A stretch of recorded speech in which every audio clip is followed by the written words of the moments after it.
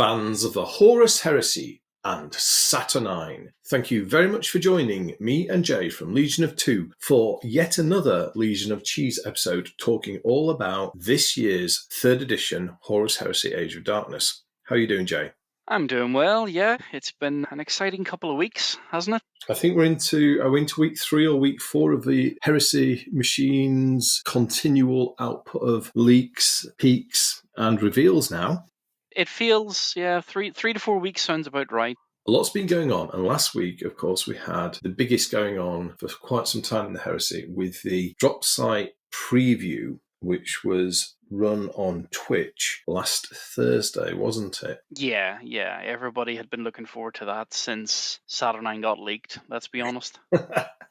It did, yes. It's been non-stop leaks and sneaks and hearsay and whatnot. But here we are, the week after, the 27th of May, and we thought we'd get back together with the viewers to have a bit of discussion about everything that got shown off. And there was loads of it, wasn't there?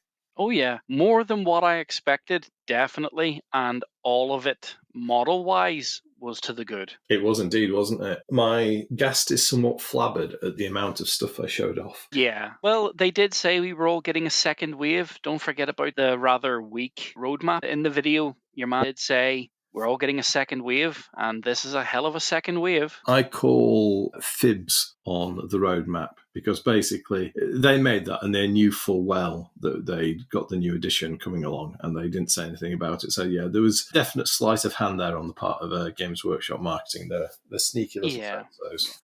They did tell the truth with a lie. They said we were getting tanks, and as we'll talk about later, we're getting tanks. We are. They just neglected to mention a new edition, yes. And on that subject of new editions, what we decided to do is, because so much stuff was revealed, we've decided to run this as 2 separate episodes, haven't we? Yeah. And what we thought we'll do is, in this first episode, is talk about the miniatures. And that's the contents of the Saturnine starter set and the forward-looking reveals, plus a few little cheeky spots that were made. And then in a separate follow-on episode, we're going to talk about the new edition, because that's quite a different thing. And we also thought that really, we don't know really that much about what the new edition means yet. Yeah, they've only give us the teasiest of teasers. You know, we know 3 things. The damage characteristics for melee and shooty weapons has changed, and we're getting new stats. New personal stats. That's really about it. Yeah. So we thought we'll deal with that separately because I think it's a subject in its own right. There's all sorts of questions and what-ifs around that. And plus, given that there's so little being said, we thought we'd leave it to a bit later because otherwise we could just end up speculating without really saying much. So today's discussion is about the miniatures only. Yeah. Which is really sometimes what a lot of people yearn for in the end. You know, some people are just more makers and painters of the minis more than the rules. You know, some people maybe just don't care at all that there's a new edition coming. They just want the lovely new minis. Absolutely, and the miniatures are amazing. And that famous bit of Games Workshop survey they did, I think it was back in 2016 or so, maybe 2015. And one of the things they revealed from the market, big sort of community poll they did, was 80% of their customers only buy the miniatures to build and paint. Most people never play the games. I'm not even interested in the games. Yeah. Yeah, so the miniatures are king. So, talking about that, wow, the Saturnine box. So, we've got a very good look at all the new models now. Where do we start with this? Let's start with what isn't the headline, which is Mark II Crusade armor. So, what are your thoughts? When I was watching the preview, when I saw this, I had a fair guesstimation in my head of what they would look like. I mean, let's be honest. We knew that the 5 poses would be identical because they have to follow the same poses for the special and heavy weapons. Yeah. So it was more about, never mind the pose, what are they going to change on the armor? We knew what the torso looked like from the vehicle upgrade sprue, and I'd remember sending you a picture of the wee kit bash I'd done where I put the 2 torso on the 3 body to make a hybrid. And I was like, all we need to do is imagine if you take the armor plates off the upper and lower legs to show the new version of the Mark III, as if you turn the Mark III around, you can see that all the plates are flat against each other rather than being segmented on top of each other. Yeah. Then that's what you would see. And in this instance, yeah, they are beautiful. And that, Small tweaks here and there, which I think is quite nice. Scope on the Phobos, exposed power cables on the backpack, which is slightly different from the Mark III, which is quite nice. Yeah, I just think they're brilliant. that's a great. I'd not spotted that with the. Yeah, the red, well, you see it on the arm workers on the Yeah, GW web store. They've got exposed red cabling, whereas in the Mark III, that plate is reinforced. I've not noticed that. That's a great spot. That, yeah, adds something to both what the Mark IIs look like, how the Mark IIIs presented as being up armoured. So, very nice, yeah. But yeah, I mean, Mark IIs, everybody's been yearning for these to come back since the last chance to buy massacre of 2018. When Yeah, sad day that. it wasn't the best, was it? Finally, we get them back. Mm-hmm. In some ways, what we can see is, straightforward. It's following the new established pattern of these general purpose tactical kits that then can be used for special weapons, despoilers, or heavy weapons, heavy assault squads, or anything else in between. Yeah. I think they look really nice, and they look very much how we expected them to be, with the sort of, was it Fafnir Ran the first time we got an inkling of what this would be, and then Hibu Khan was... Yeah, no, Fafnir was the Mark III. He was the inkling of the first time we saw the Mark III. I think Hibu was the first one we saw in New Gen Mark II. What we're seeing here, we already knew a lot of, if we're to be honest. That Hibu Khan model was, here's what new Mark II looks like, if you're wondering. Yeah.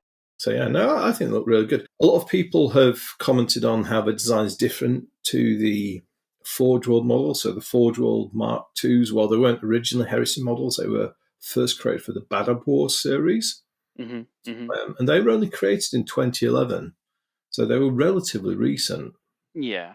Although there were a few kits that Forge World did over the course of the Heresy with Mark IIs. So they did Assault Marines, and then they did a second set of tacticals, and then there were the heavy weapon troopers. So they did quite a lot of it.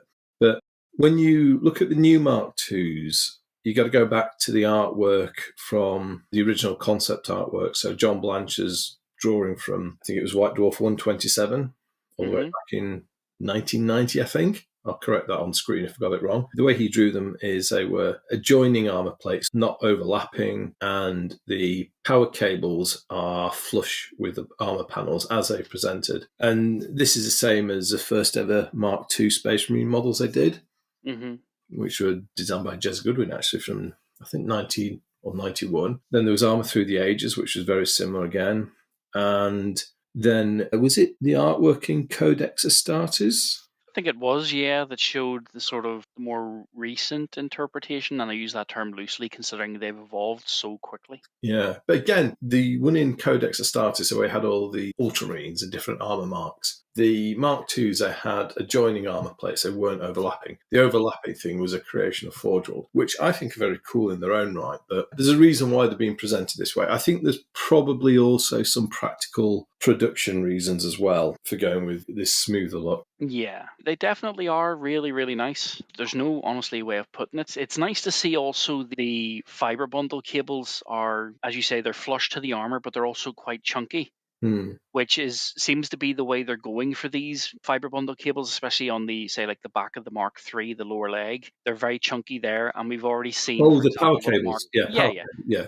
So, and we've also seen what the Mark V looks like, and we know that they're quite chunky on that as well. So it just seems to be the art style for the interpretation of the marks of armor in this instance. Yeah, fantastic. And this new tactical squad kit is very similar to what the Mark VI is, insofar as it's going to come with chain bayonets. Because on the Mark III kit, you didn't get the chain bayonets because they had to put the van braces in for the heavy weapon squad conversions for the shoulder-mounted heavy weapons. They lost a few parts. But they're back for the Mark IIs. I'm guessing we'll get a new head, a new unhelmeted head, maybe one or two on the sprue. Yeah. It's usually two on sprue. The Mark VI and the Mark III both had two each. Yeah. Not including the Sarge. Okay, yeah, that's true, yeah.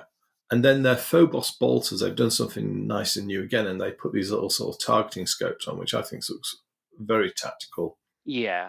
Anybody who wants to run Seekers or anything like that, Recon Marines, are going to love these. Absolutely, yeah. Even if you just intersperse them, because obviously we know the hands are separate, and you can mix and match all the armors any way you want, but you could go this kind of way where 1 in every 5 gets a scope, the rest just take the generic Phobos from the Mark IIIs. Make it sort of a specialty thing rather than everybody in the Mark IIs gets them, but the Mark IIIs don't. Yeah, easy. swap them around. Even with these, you could cut them off if you didn't want them on. Yeah. As they often do, the Games Workshop design people, whenever they do a new kit which repeat things, they try to do something a little bit new with it, so it's not just straight repetition. Yeah, I do appreciate that. They absolutely look the part. So Mark II returns, and they've gone for the Mark II's link to the Dropsite massacre being quite going back to roots sort of thing, haven't they? Although, all the Marks 2, 3, 4, and 6 were in use at the Dropsite massacre. But for some legions, they were probably more in use than others. Yeah, some legions, in canon, out of canon, and personal preference, a lot of legions did have a certain preference to a certain suit. And the two they picked especially for this box set, people would argue that they definitely had a preference for the older, chunkier marks of armor. Very much so, yeah. So it's very on theme. So Mark IIs, and then as well as the rank and file infantry, we get a Mark II Centurion in power armor. Well, there will be artificer armor. Yeah, I like him. He looks very good. Oh, definitely. I'll be honest with you, I prefer him to both of the Mark VI Praetors. 100%, yeah. I'm with you 100% Yeah. there, yeah. Just seems to have a better pose. He just looks like Mm. he's got more gravitas, more menace to him. I think the Mark VI Imperial Fist one, even though you could paint it as anything, he looked a bit silly with the crest, even though he wasn't wearing a helmet, and then just the one with the axe. They were nice, and I do own them, and I have painted them, but they just never resonated with me, I think is the Yeah, best way to put it. Whereas this guy, I just saw him, and I was like, yes, yeah. you're going into my World Leaders and into my Black Shields. Yeah, absolutely. Yeah, they nailed it with this one. Yeah, 10 out of 10, no notes. I mean, I was the same on the Mark VI ones. I preferred the trait, well, inverted commas, a traitor one, although neither of them I was mega keen on. I think part of that as well was the fact that they sort of designed them for 40mm bases, which didn't feel right. Mm-hmm. Although, saying that, I saw over the years since they came out, I've seen so many amazing kit bashes done around those torsos. I've seen some truly incredible models done. Yeah. So, there's huge potential there. But this guy, I think straight off, just nailed it. And what's he got? He's got a combi melter, a cyber familiar, and then a power maul. Oh, and then an alternate head with a nice big Centurion's crest. One of the things you pointed out immediately, which I think was a great spot, was how you could use them as a multifactor, sorry. With a few wee tweaks, I suppose, personal preference on how somebody wants to run or tweak them. But yeah, we don't have that Centurion class yet in any plate. Correct me if I'm wrong. I don't think he even got a Heresy 1.0 mini, did he? No. Yeah. No. They did his comrade in arms who looks after the robots, the Praevian. The Praevian, yeah. Yeah, but multifactor, no, they never got around to that. The fact he has a backpack standard is also quite nice. Probably wouldn't use it on my Praetor. I'd cut that off, but I would definitely use it for a squad, or maybe as a company standard before we get to the Legion standard, and then the ones from the command squad, sort of like treat it like a totem pole. Like this is the one above a squad, and then you've got the one from the command squad, then you've got the Legion banner, that type of thing. Yeah, you could take that and a piece of plastic rod or wire, and turn it into a standard on a pole, and then give it to a Marine as being some form of Legion or company standard. I mean, there's no rules around how big standards are, and I think we got the Heralds, didn't we? Their standards are a variety of sizes. I mean, the Loyalist one got taken the mickey out of a bit, didn't it, for having a rather small flag? Yeah, I wouldn't have used that for a company or Legion standard. I think I've got that guy, and I took his arm to put on a squad standard because of the kit bash I used for the Blood Angels. If you remember seeing it on the Instagram, where I copied the 2.0 trailer where one of the guys was just carrying one of the backpack standards but in his hand.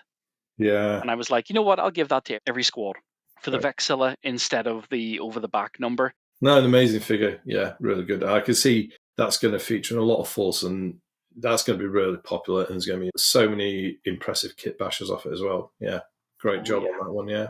Talking of Mark IIs and how they're armed, before we get on to our favourite pauldronized guys, there's going to be this disintegrator weapons sprue, isn't there? Which is designed for use with the Mark IIs in this box, but it'll work with Mark VIs and 3s as well. Yeah. And we've got a little bit more of an idea about what the disintegrator sprue contains. So I think, if I've got this right, there are no less than 4 different disintegrator weapons on it. Mm-hmm. maybe 5. We have got a standard disintegrator, which Yeah. has got one barrel, and Yeah. there's a number of photos of those guys on the website. Then there is I don't know what to call it, a heavy disintegrator, Okay. which has got a pair of barrels, but again, it's like a rifle. That was the thing they put as one of the hearsay posts saying, is it a multi-melter? Yeah. So there's like a heavy rifle version. So that's the second one. Sticking with the rifles, the third one is a combi disintegrator. Mm-hmm. And I don't know if, I can't remember where I saw a photo of a combi disintegrator. On the preview night, they took the sprue out and showed it off. That was it. And then they mentioned the 5 that there was. So there's that, combi Yeah. disintegrator, that's 3. Then moving on to heavy weapons as I don't know what it's called, but let's just call it a heavy disintegrator for argument's sake. Yeah. And that was the Veteran Legionary from the back of the Saturnine box, the one that got leaked and everyone was looking at. Yeah. So then there's that. So it's an underslung one. So it's a bit in the style of like the Volkite culverins and auto cannons and heavy flamers from the heavy support expansion kits that have come out. So there's that one as well. That's 4. Yep. Is there a 5th? Is there a pistol? There is, yeah. That's the 5th one. There is a disintegrator pistol. Yeah. Hey, get ready for the age of twin disintegrator Moritats. I think there's going to be a lot of fun with those. It's like that meme with Oprah. You get a car, and you get a car. It just changed it to disintegrator. Yeah, you get a disintegrator, and you get a disintegrator. Yeah. They're going to be everywhere. I mean, how long until, let's be honest, everybody's going to have them because they're going to buy the box set.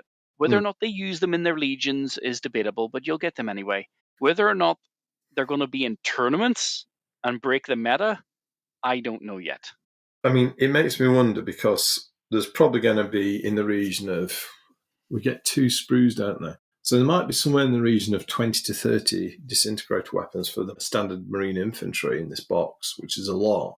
Yeah, I think they said 29 to 30 per 2 sprues, so it's 15 per sprue, roughly, give or take. So there's loads, isn't there? So, I mean, if they're anything like they were in 1.0, I mean, they're crazy, powerful guns. They're dangerous because they gets hot and they're AP2. So under normal circumstances, if you've got it on anything other than a hero with multiple wounds, hero or veteran, if you fire it and it gets hot, well, you're dead.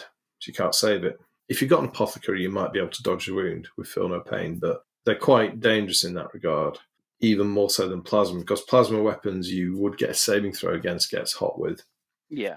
And I guess that's something we're going to have to get into when we discuss the rules, is they're introducing a big category of new weapons, disintegrators.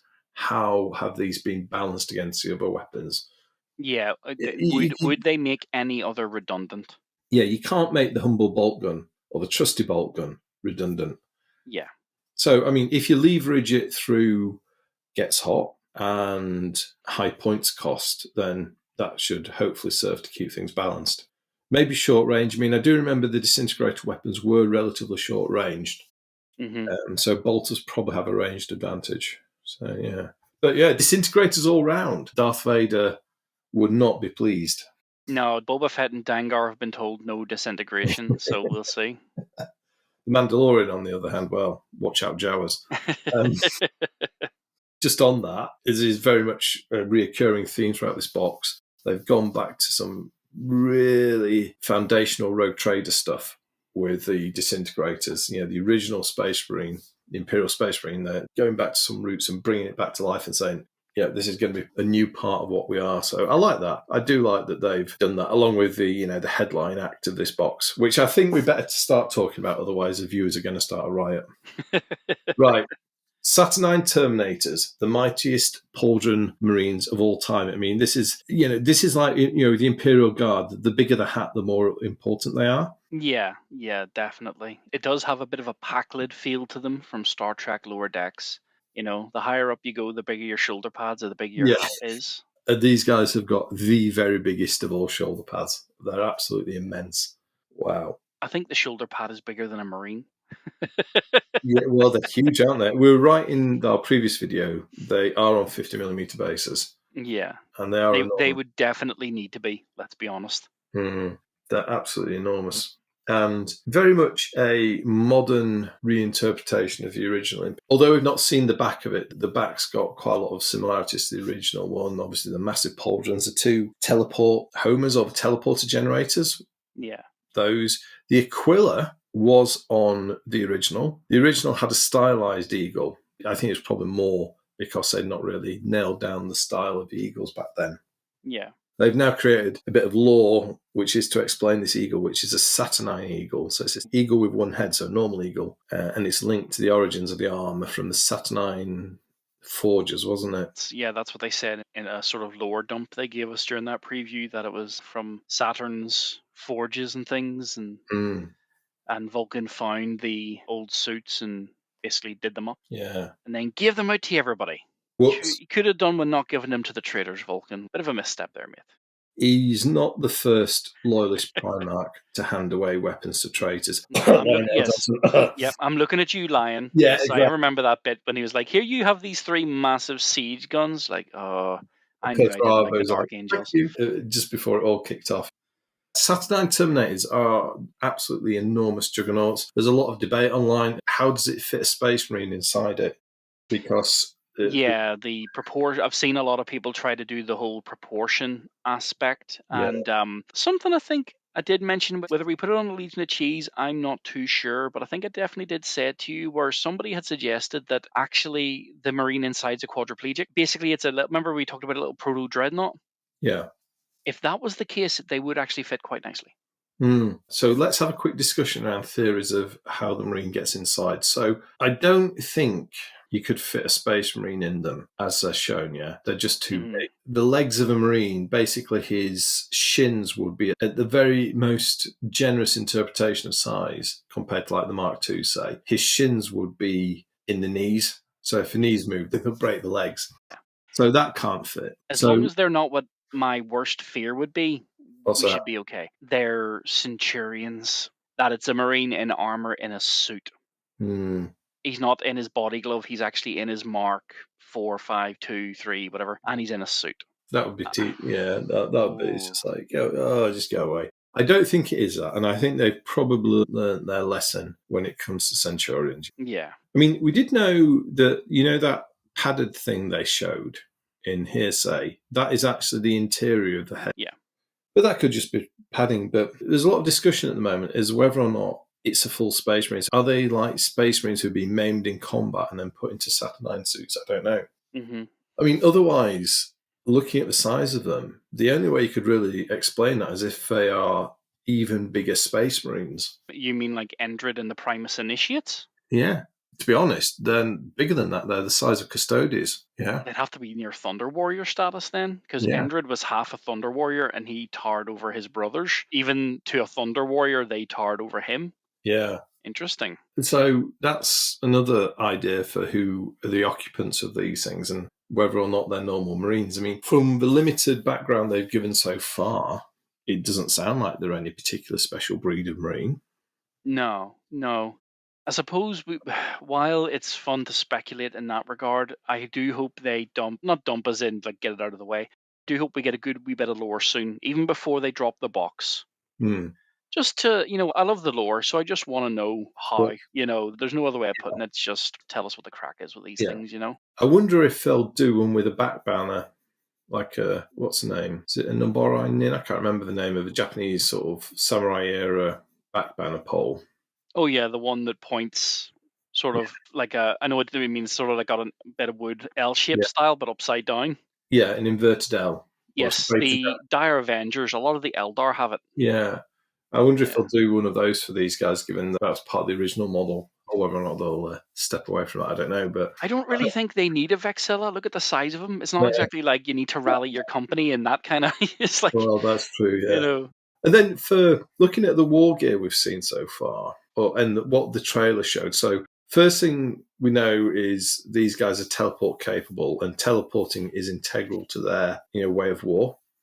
So that's the first thing. Then weapon-wise, the weapons are modular, and we've got a twin or heavy disintegrator weapon arm, and then we've got this fist, which is called a disruption fist, isn't it? Yeah, with an underslung special weapon. I think there's also a disintegrator shown off as well. Yeah, you can just see that, can't you, on that guy? Or is it? I don't know if it's a flamer or something. I'm not sure, to be Yeah. honest. I think it might be a flamer. I'm looking at the picture of the white scar that they did on the GW website. They did a white scar, an Iron Hand, and an Iron Warrior, Oh, just to show yeah, a wee bit of the color scheme, but also some of them are carrying different weapons. they are, yeah. And we know there's the twin plasma, which we saw on the hearsay, but I think that's mostly for the Praetor, not the generic men. But the kit might fit, given the design similarities. That's true. So they've got this disintegrator. They've got the plasma weapon, which is a plasma bombard or something.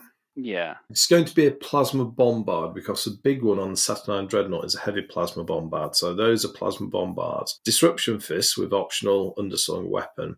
The Disruption Fist we know is like a faster power fist, not quite as hard hitting, Hmm. but has a stun effect. And just noticed, do they come with different? I think they come with optional heads, these Saturnine Terminators. Yeah, they do. Oh, if you look at the Yeah. iron, you've seen The that. Iron Warrior has a mouth grill. Yeah. That looks good, yeah. Sort of Sauron-esque. Yeah. And then the Iron Hands one is different again. I wonder if they all have the underslung fist weapon.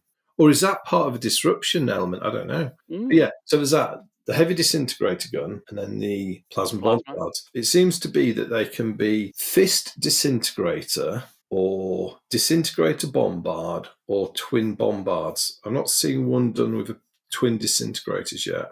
No, not in any of the artwork we've seen yet. Or sorry, any of the models shown off so far, no.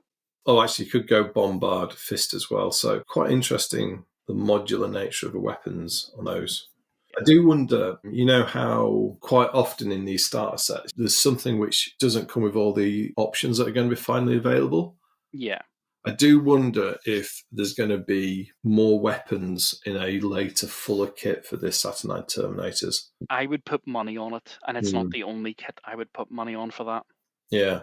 There seems to be 3 posers. It's going to be interesting to see if there's any posability in them. Obviously, they're big and lumbering and chunky. I just wonder how much ability there will be to create a variety of poses, because I think that could be quite important in these, because otherwise it might end up looking very samey. Yeah, it's going to be good when we get a hold of the sprue and start playing about with it, because Yeah. especially with the shoulder pads, they look very fixed, even though we know they're obviously going to be glued together, front and back piece of plastic. But that will obviously restrict heavily the poses of the arms. Mm. Never mind the legs and things where you want them running, standing, jumping. God, I'd love to see one of them jump. But you know what I mean? So you're not really going to be able to have the maybe wide arm pose. It does seem to be very much like you're either walking forward or you're planting yourself, probably because of the amount of firepower you're going to produce. Yeah. I imagine these are going to be pretty slow, clumsy things on the tabletop. Yeah, probably standard Marina's movement 7. I would dare say these are at least a 6, if not a 5. Probably 5. Probably that's why you need the teleporter, because it would take them a Yeah. fortnight to get across 6x4. Never mind a by 6 or something, you know? Yeah, it could be even slow, maybe. Maybe that's why teleporting is going to be part of their thing, isn't it? Hmm. So slow, so they're designed to teleport into battle as opposed to advance. I wonder if they'll be, here's another thought, are they going to be able to fit into any transports? Because, I don't know, outside of a Thunderhawk or a Sokar Stormbird and possibly a Charybdis, I can't see these guys fitting in transports easily. Mastodon? Yeah, Mastodon. Well, Transport options will probably be very limited. they Yeah. just don't look like they'll fit in a Spartan or a Land Raider, No. anything like that. So again, that might be why the teleporting is so important, because they're just too big to transport. I wonder if they'll have any element of, this is just a wild theory, but I wonder, do they always have to deep strike teleport, or do they have some sort of maybe proto warp spider stolen tech where maybe every second turn you can jump them, and that's how you get them across the board rather than coming in from a ship? That's an interesting thought. Yeah, probably not, because that's really not Imperial tech. But given the age of the suit and the whole thing of the innovation where they came from, you never know. And Vulcan does love his teleporters. Look at his hammer. Yeah. That you never know. There could be something akin to that, where it's like turn 1, they can teleport 12 inches. Turn 2, the system's burnt out, it's recharging. Turn 3, they can jump again. And then if you need any more turns, because by then, to be honest with you, if you're not in combat, you're not using them. You know. Yeah. That's an interesting thought, that. Yeah. We'll have to keep an eye out for more on that. Moving on from the rank and file of the biggest Marines ever, we then got the Saturnine Praetor, who is the size of a Primarch. That's just crazy. Yeah. It's If I'm annoying. honest with you, I don't know how to feel about that.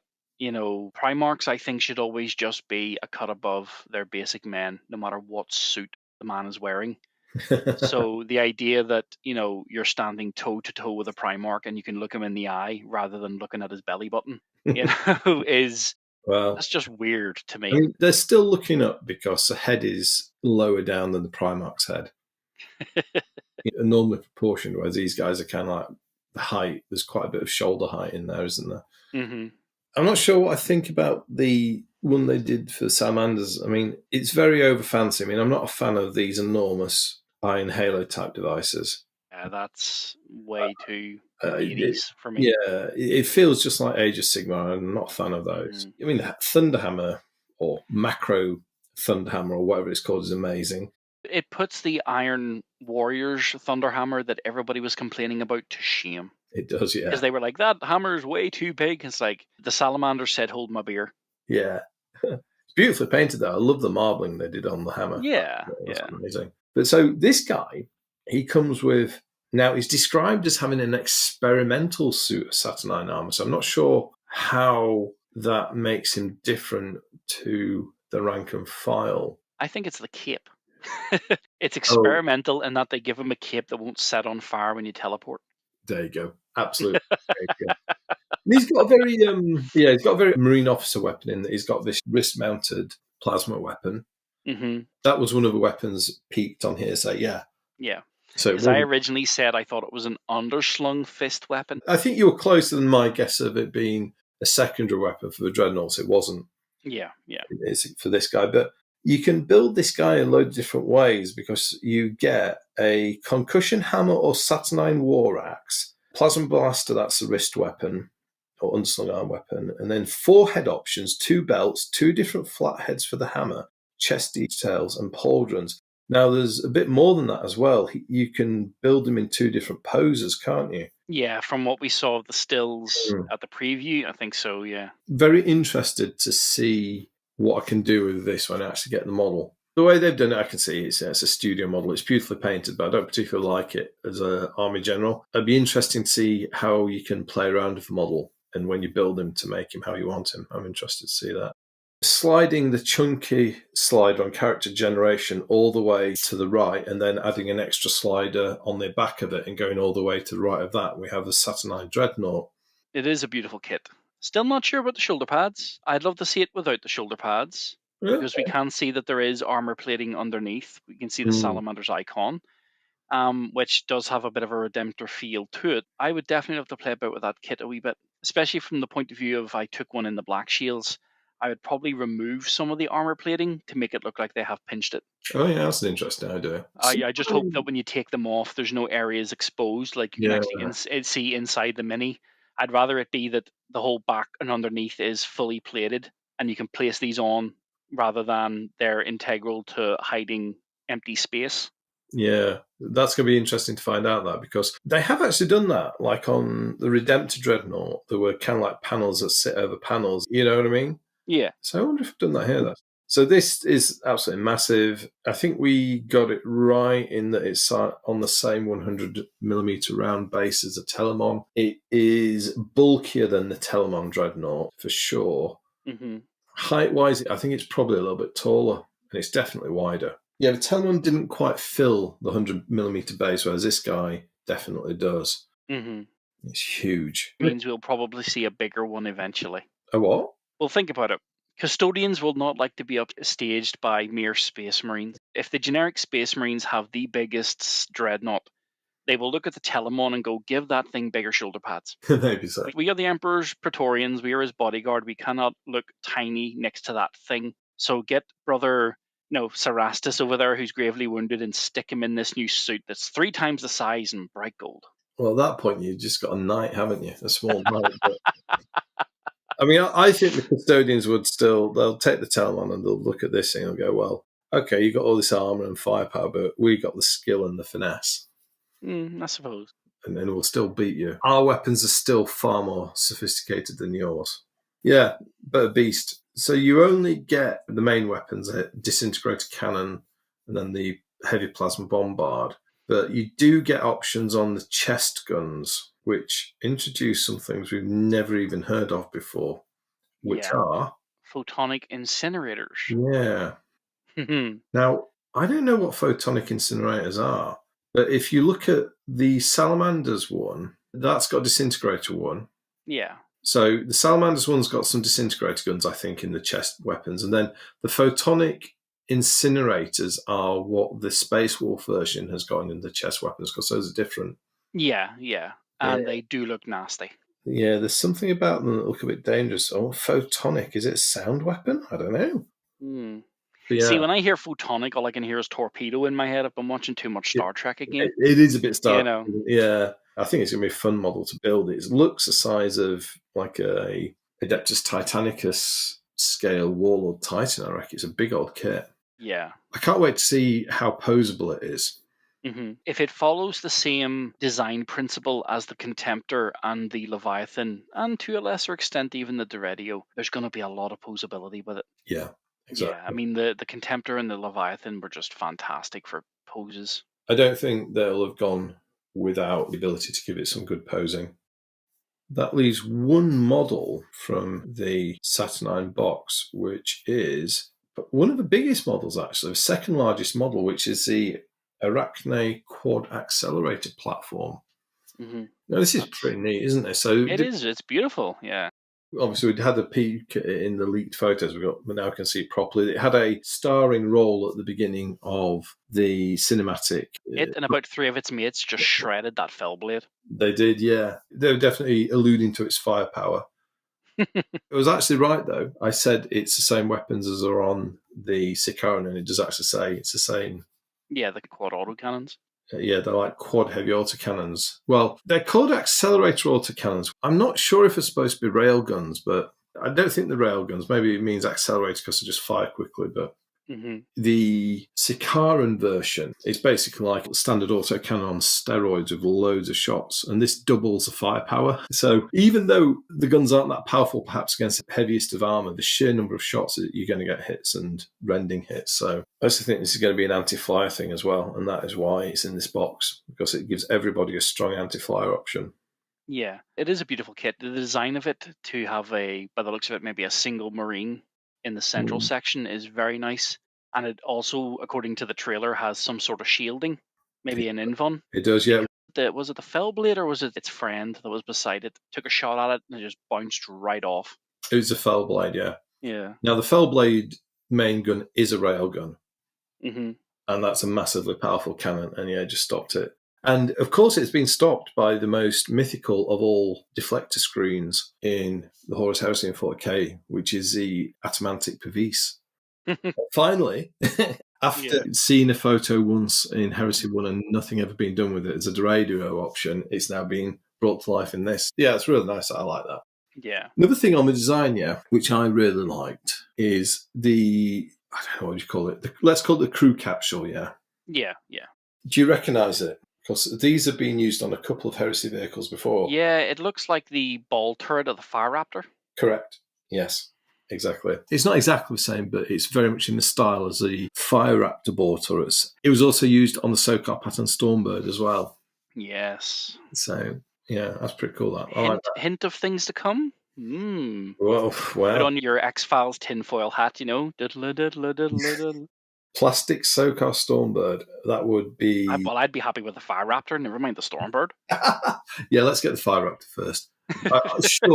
Surely, over the next couple of years, that's got to be coming. Well, it's not fair that the Solar Ox got the first flyer. As much as I love the Arvis, and I really do like the wee Arvis, it's not fair that the basic humans got a flyer and the Marines didn't. Yeah, sucks. Justice for the Marines, you know? Yeah. For once, these Space Marines didn't get first. But I also like how they've done this in the same style as the Tarantulas. It looks like a giant, it's like a scaled up version of the same sort of deployable turret. So, yeah, very nice. And they changed the name to stick in the stick with the spider theme. Yes. Yeah, you called that right. Because it's basically just a proto-Hydra. You know, maybe this is what the Hydra was thousands of years ago before maybe they found the Hydra STL. Yeah. And that's why they use Hydras and not Arachnes in 40k. So the box contains 40 Mark IIs, 2 sprues of disintegrators, 6 Saturnines, a Saturnine Praetor, the Arachne, and the Saturnine Dreadnought, which I reckon feels to be about the same amount of stuff as was in Age of Darkness. No, Which, I would say so. Yeah, yeah. I mean, you got to be wary about what they show in marketing, but when they opened the box up, it was full to the brim with sprues. So as long as there's no shenanigans going on with hidden blanked off spaces with bits of cardboard in the box. Oh yeah, those little mini compartments Yeah. that you always open thinking there's going to be something inside it, and there's nothing but fresh air. It's nothing but fresh air. But, assuming that's not the case, it's a similar amount of stuff. And in some ways, I would perhaps argue it's better because instead of getting the one big thing in the form of a Spartan, Mm-hmm. we're getting two. We're getting the Dreadnought and the gun platform. Mm-hmm. So it will split better than Age of Darkness will. Yeah, you don't have to argue with people over who gets the tank. Correct, yeah. So very Now nice. you just get to argue who gets the dreadnought. Oh, well, a new argument, yeah. At least you can have that discussion, though, because some people will say, I don't care about the Dreadnought, but I want that gun turret. Yeah. Very Iron Warriors for this fan, because, what was it? Which story? The First Heretic. Mm-hmm. You got the impression that when the Iron Warriors were setting up their defensive positions prior to the Great Betrayal, Mm-hmm. they had a load of turrets and gun positions, and I think this is very much the sort of thing, isn't it?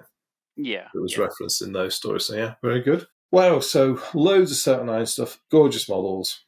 They just keep going from strength to strength, don't they? Oh no, definitely. Now, unfortunately, after the what would we call it, stress, anxiety of waiting for the reveal, waiting for the leak, now we've got the stress and anxiety of waiting for the pre-order. Well, I don't mind. I'm quite a patient sort of guy. I'm not. Yeah. So that's a you problem, mate. Very good. Now, there's a lot more than that, and hopefully going to pick the pace up a bit now for the next bit. But before we get on to looking ahead previews, there are a couple of cheeky spots, weren't there? Yeah.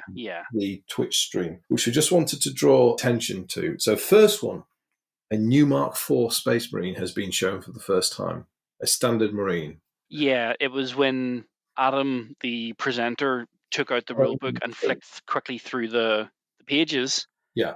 And somebody got a still of the Mark IV, and it's definitely a new design.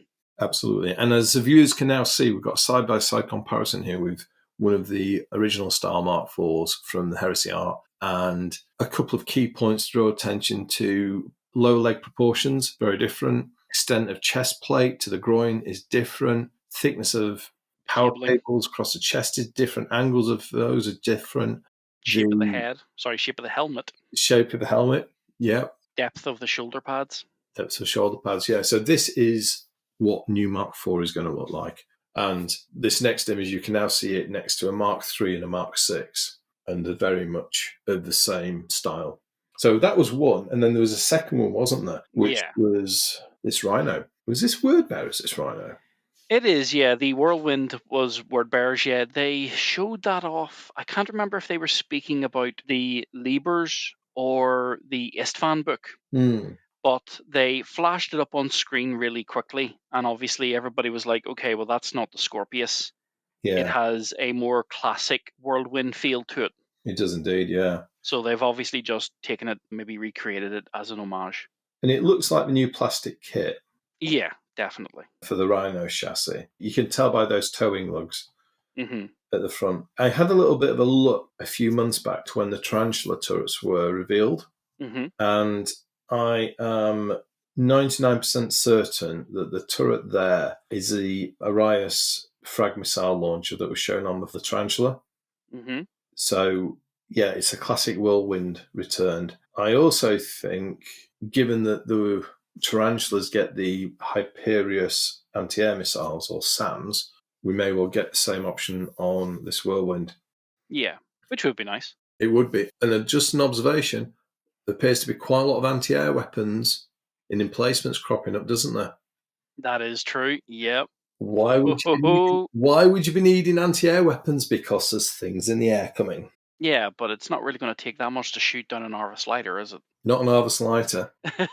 Well, I know what you're getting at, but right now all they have is the Arvis, and you could breathe on that thing and shoot it down.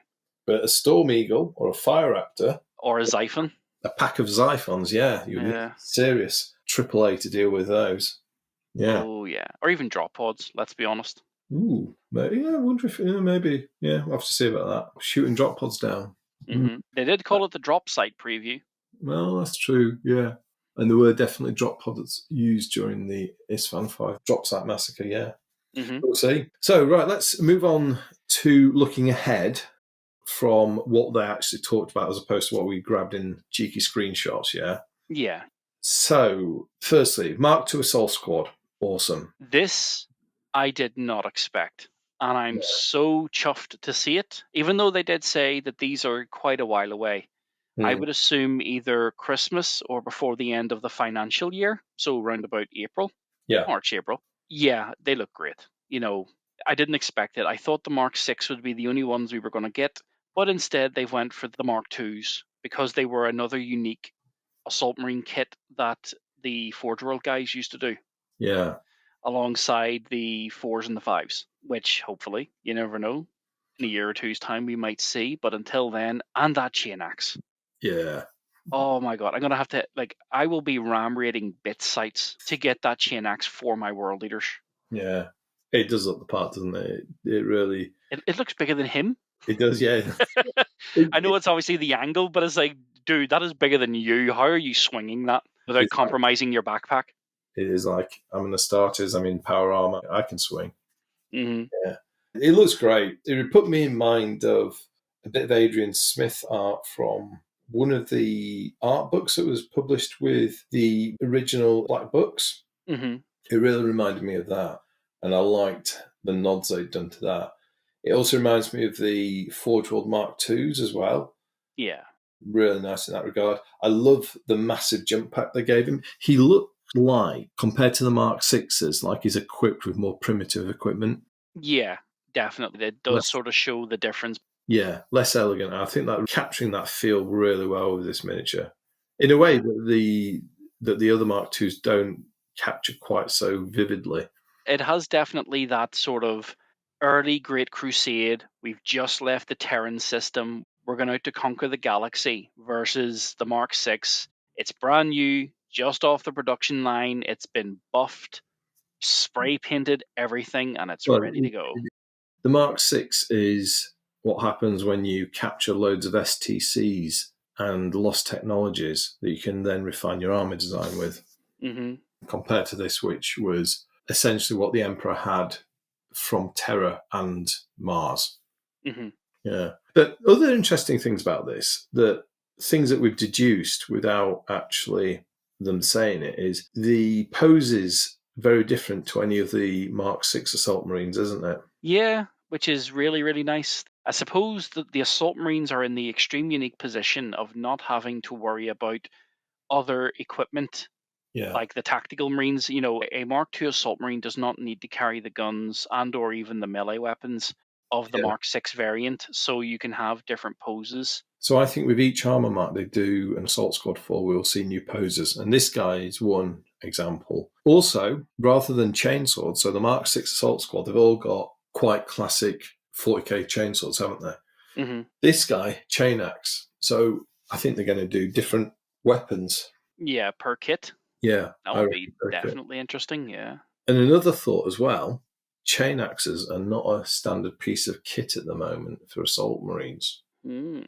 I had to go and check the rule book after someone commented on the thread that I put up. At the moment, it's a world eater thing, so that's. And I'm not biased or anything, but let's keep it that way. I think that boat sailed now, mate, because this guy's an Iron Warrior. It may well be that world eaters still have that option as a freebie. Everyone else pays a point or two, maybe. Yeah, so a Mark II Assault Squad, huge surprise. Then it just kept coming in the form of Mark III Breachers. Well, Breacher Squads. Finally, it looks great. It's like we said many, many moons ago. It's an upgrade sprue. Am I right in thinking they actually said that during the stream? They did. They did. I can't remember which one of them it was who said it, but one of the guys did say that it was an upgrade sprue so that you could put it with any mark of armor you wanted to use. And if you look close enough at the picture, the Mark III greave that's on the hand that's holding the bolt gun does seem a bit more raised than the ones you would get if it was molded on, which leads me to believe that that's the Mark III upgrade greave. which always sit a little bit more raised than the ones that are molded on. I think that's a great spot. Actually, I've not noticed that until you mentioned it now. Yeah, it is. So this is going to be compatible with the Mark 6 and Mark 2 kit now as well, isn't it? Yeah, I think so. Oh, that's fantastic. That is. But yeah, I mean, in the end, I mean, that's great. I mean, as much as some people decried upgrade sprues as maybe lazy and they wanted the new marks of armor, I love an upgrade sprue because I'm not bound by fixed kits. Yeah, exactly. I mean, no doubt they'll sell them as a Mark 3 Breacher squad, but they'll probably sell the sprue separately as well. In the same way they did with the command Yeah. squad. They did a Mark 6, a Mark 3, and then the kit itself. But the thing you get in here is the new helmet, and that helmet is really nice. Yeah. It's reminiscent of the Forge World Breacher Squad kit. The sort of reinforced face guard. Then we've got this rather snazzy bolter for breaching operations with a drum mag, a high capacity drum mag instead of a normal stick mag. Mm-hmm. And then of course, the shield itself. So I wonder if we're also going to get some plastic special weapons in that. Breachers can take 1 per 5 men, either, I think, is it melt guns or flame or graviton guns? Maybe we'll get our first plastic graviton gun. I would assume and hope so, because it would be a bit of a nightmare for people to have to kit bash from the special flamers, having to cut off the hand and losing all the detail underneath. It would be easier if they just chucked in, if the upgrade sprue has enough for, say, 10 guys, 2 of each gun. Because that's the same thing they did with the bolt pistols in the melee weapon upgrade set. Yeah. 2 Phobos, 2 Tigeras, 2 of the other one. I think it looks great. And Imperial Fist players will be, no doubt, ecstatic with joy. Yeah, it'll be Fal all over again. And the Iron Warriors and the Iron Hands. There's Ultramarines. There's lots of great Breacher units out there, aren't there? So, yeah, very nice. Another surprise, and filling in another 2 of the gaps in the kit range. So we're really starting to narrow it down now in terms of options. Now we're starting to get into the more niche stuff like Destroyers, Recon, and Seeker squads, aren't we? Yeah. And perhaps this is giving us a hint as to how that's going to work. We're going to get an upgrade sprue. I think that would work. With the exception of, well, let's be honest, I don't even need I was about to say with the exception of some kits like Destroyers that can take jump marines. It doesn't matter in the end, because now we're getting varied jump armor sets that if you just have a Destroyer upgrade sprue, you can put it on foot or jumping marine, and that's it. Job's a good one. Yeah.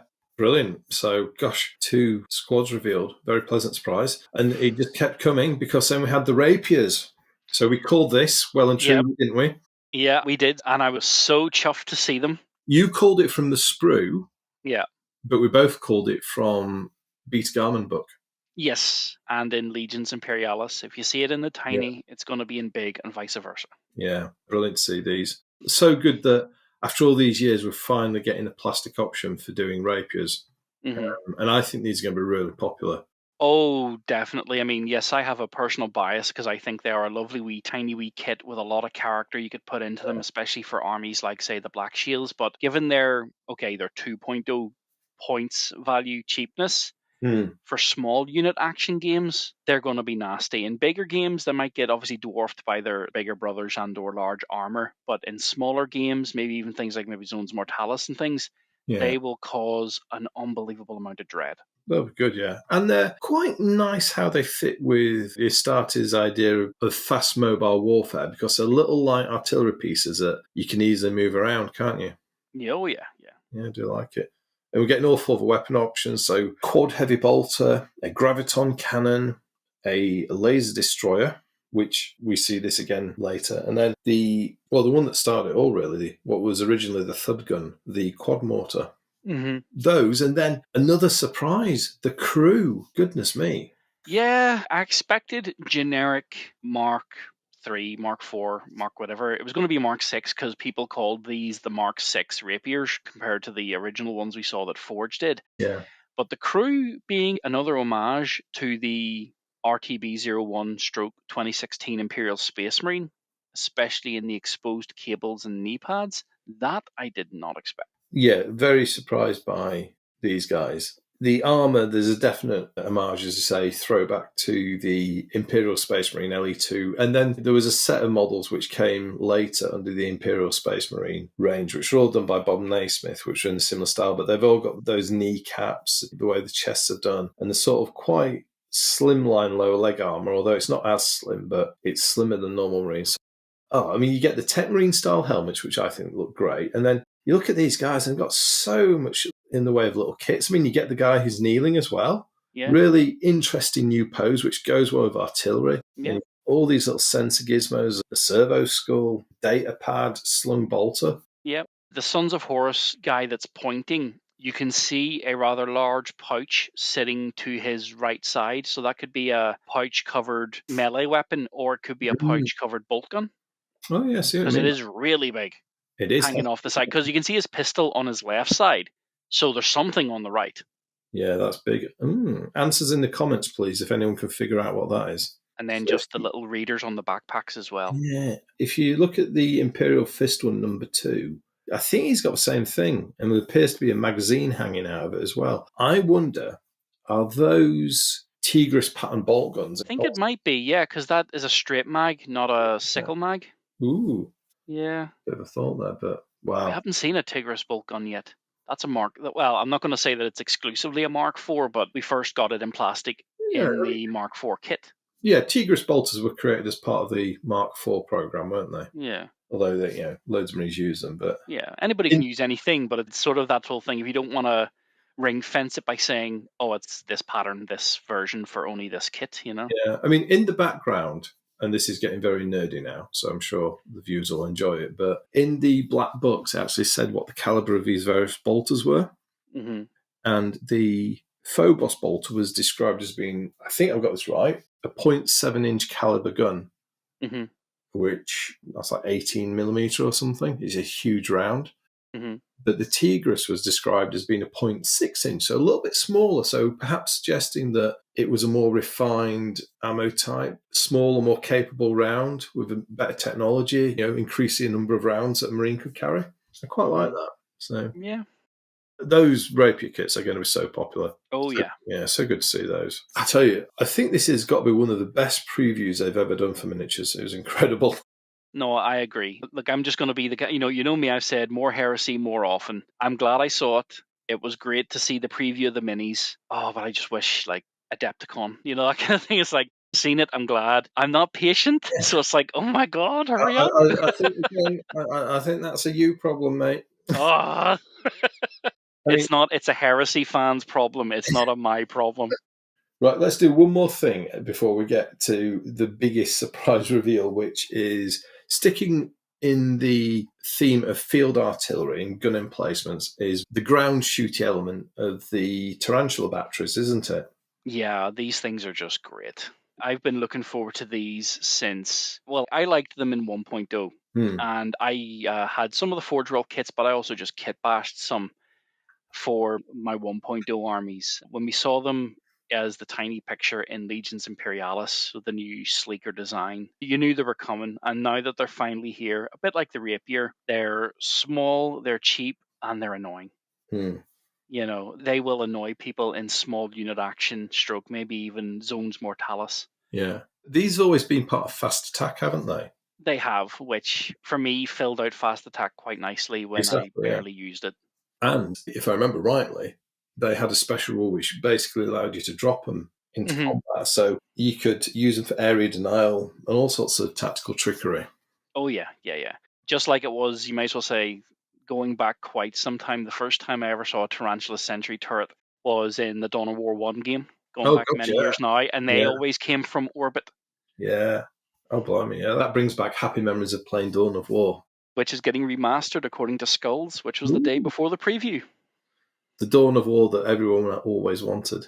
Compared to Dawn of War 3, which was the one we could have done without. There's a huge amount of talent in the game and all that, but it wasn't a game necessarily that appealed to what Dawn of War appealed to, I don't think. Yeah. No, yeah. It was too mobile. It wanted to be a mobile game. I know this is a random tangent for the listeners, but you can really tell that Dawn of War 3 had a bit of a MOBA element to it, and that's not what people wanted. People wanted basically Dawn of War 2 style, maybe a bit of Dawn of War 1 mixed with Dawn of War 2 with better graphics and a great story.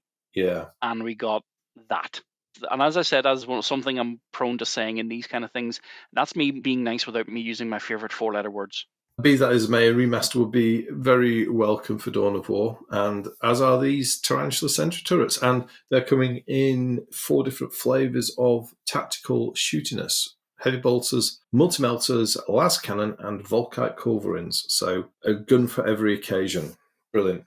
Mm-hmm. And when you think about all these supporting elements, so the artillery elements, the Arachnid quad gun, the rapiers, and these tarantulas, perhaps more than any rules change, these might make Heresy 3, or indeed anyone who wants to play Heresy 2, a much more tactical and dynamic game. I'm quite excited for that. And then, well, we had the cinematic trailer, didn't we? And immediately everybody was like, Fellblade!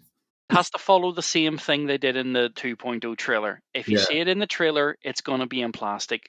If not immediately, then soon. Everybody saw the Kratos and was like, what is that? Yeah, a Fellblade. I mean, they said there were more tanks coming in. They weren't wrong. I mean, I'd suspected this for a long time because all of the Forge World kits had got out of production over the last 9 months. Yeah, that'd been double OP for a wee bit of a while, hadn't it? It had, And some of its variants, anyway. I mean, I know because I got the last falchion that was for sale in the whole of the country, possibly the world. I managed to snag it through a little bit of a mission to Warhammer World, but that's a story for another day. Now, this, I think, is a big thing, and not just because it's in a huge model. The Fellblade Super Heavy Tank is getting a plastic model. This is going to be one of the biggest plastic kits Games Workshop has ever sold. Yeah, definitely. It's going to be a monster. They showed off a couple of lovely scale pictures of it with other things. I want to see it scaled beside the Baneblade. Oh, I mean, I'll tell you, so I've done it with my resin one. They scale pretty well. I think the Fellblade might be a touch longer because of the way the front tracks are done. Well, that being said, you've got the resin one. This is a new design. Small changes have they made to tweak it? Well, I could do that in a moment, but just on the Fellblade to Baneblade comparison, the width, excluding sponsons, was identical. Height essentially the same. They are the same size. Yeah, so we're getting a plastic Fellblade. So, I mean, look at this thing. I mean, I've had a good look at this, and it's quite interesting because of all the Heresy vehicles so far, they've been very, very faithful reproductions of Forge World versions. Yeah. This is the first one where they've changed a few detail bits more compared to the resin one. Let me tell you what they are. So firstly is the front hull section is quite different. Yeah. So we've got this, what appears to be almost like a vertical armor array on the front hull, which the resin Fellblade just had a flat plate with a pair of towing lugs. Okay. This one's got this. Now, the reason I've done this, I think it's to fit into the same design language as the Kratos, the Sikaran, and the Arcutors, which all have similar sort of arrays. Yeah. So they've done that. The mounts where the sprocket wheel's attached, the main drive wheel at the front, yeah? Yeah. So that is bulked out, and it's like a smooth line all the way up. That used to have a step in it. Oh, okay. So it's quite a change. I think the reason they've done it is, in the original one, the step was only there because it was a hybrid on the Baneblade kit, and it used the Baneblade's plastic chassis. All right. It looks smoother and more integrated, so I can see why they've done that. It's also chunky around there as well. There's more meat around those attachment points for the front sprocket or drive wheels. So that's 2 changes. The side doors, so those are now the same design as a Demos pattern Rhino as opposed to the 40K Rhino.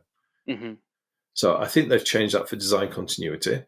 Yeah, to bring it into line with the Sikaran, the Rhino, the Kratos. Yeah, I think it's quite neat that they've done it because there's 2 different versions now. And it also means that the modern Legion-specific doors are compatible with it, the resin ones, so that's a good thing. The long-range fuel tanks at the back, those are a different design. I think they've changed those. They now look actually more sci-fi and more integrated. The Fellblade kit and its Forge World cousins, they were like barrels. It was definitely a bit archaic for the tank. Okay. Here they've done something that actually looks like it was built to go with this sophisticated machine. I'm not saying one is better than the other. Yeah. Yeah. I mean, to be quite honest, I'm not a big fan of the long-range tanks anyway. I've left them off all my vehicles. So that is another change. Then another little change is the muzzles of the accelerator cannon. You can see how it's got a vertical notch on the front barrel. Yeah. The resin one doesn't have that, and the barrels are thinner. Now, I think the reason for this is it's plastic and it needs to be a certain strength, so they've just changed it a bit for that. That's fine. The great thing with this is I reckon the barrels will be hollow, so you won't have to spend hours like I did drilling the barrels out. Oh yeah, and you say you don't have OCD. Obviously you do, but barrels, they've got to be drilled.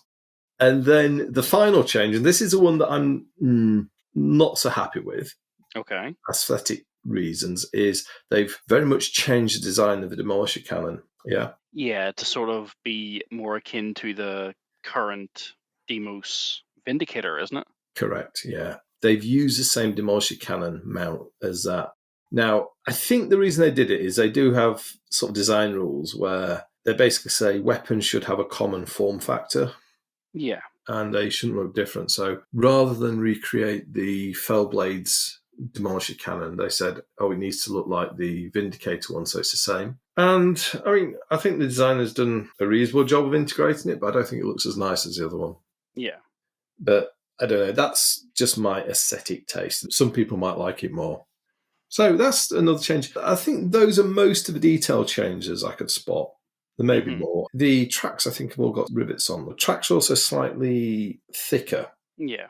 the track links, than the resin one. And then the other option is we've got some new weapon options for the sponsons. So you've got a quad heavy bolter here. And there was another photo which just accidentally showed a laser destroyer. Oh. Yeah. I think I blinked and missed that, genuinely. Yeah, I just forget where it was. I will try find it and put it as a screenshot for the viewers. But yeah, you get the laser destroyer option, you get the quad las cannon, which you can see on the website, and you now also get heavy flamer option for the front defensive gun position. So yeah, wow. But yeah, I didn't expect a flipping Fellblade in plastic. Yeah. Well, it's only the first of two so far from that trailer. We know the other one's going to come as well soon. Well, there was also a glaive, wasn't there? Yep. And I did some careful looking at the video, and the glaive, it had the same front hull design as this one. Yeah. So that says to me that, yeah, they've done it as well. And there's no way they've gone to the effort of creating this plastic kit to then not create the glaive and the falchion as well. We'll maybe get one every 3 or 4 months or something like that. Maybe they'll space them out, just like they did with the Knights when they came out. It'd be interesting to see how much these kits cost. The Fellblade kits, before they went out of production, they got all the way up to about £230, I think. Okay. And that was a resin plastic hybrid. Now, I'd say 120. Yeah, 120, somewhere between 120 and 140, I think. Yeah. I will admit, though, I would probably... I'm not saying that this kit isn't my bag, but it's been Wharf affected, if you know that TV trope, because I'd take an Arachne over this because I've seen an Arachne shred it, Considering in the trailer the Arachne shredded this tank, to then show it off to be like, oh, this thing's amazing. It's like, no, what? I think I prefer the thing that killed it, if I'm honest with you. Yeah, fair enough. Yeah, but don't forget, it was an ambush. Yeah, ambushes, it doesn't count. But really? Well, my question to you would then roll reverse it, yeah? Or create a situation where the salamanders weren't desperately trying to fight the way out of a trap, and this thing could use its accelerated cannon at its maximum range. The Arachne can't even touch this at the range that this main gun can splat the Arachne, so... Well, it fired its main gun, it bounced off the Invon, so, Anyone can make a 4-up invulnerable save. You haven't met my brother-in-law, have you? He couldn't make a 2-up if his life depended on it. There's always one. I mean, the other big thing for this with me is it shows that they are prepared to make bigger plastic kits. There's a huge investment in terms of making the molds for these things. Oh yeah, it's not cheap, relatively speaking, and it shows that they've got an inkling that this game has a bit of life left in it. Yeah, and this is a stepping stone on the way to the fabled full-size plastic Thunderhawk. Just remember that. Right, when I'm drawing my pension, I'll sure to remember that. So I think that's most of it. There's a few other bits which were basically sneak peeks. There was where they're just being cheeky. There's a cataphracti, which is interesting. When they originally showed that off, all we saw was the hand, the Volkite, and the hazard stripes. You couldn't really tell what it was. But when they showed it on the Warhammer community page, you could see the cataphracti plate. Yeah. So some people have surmised it's an Arm Warriors character, but the weapon options don't match for the pre-existing characters, so it could be somebody new. could be Forex. I'm just going for the idea that it's upscaled plastic cataphracti, which is what I would say a lot of maybe the heresy community have been asking for. You know, they want the upscaled Tartaros, the upscaled Mark IV, and the upscaled cataphracti. Could be, yeah. And it's definitely, I think, a new design of cataphracti as well, because you see on the Mm.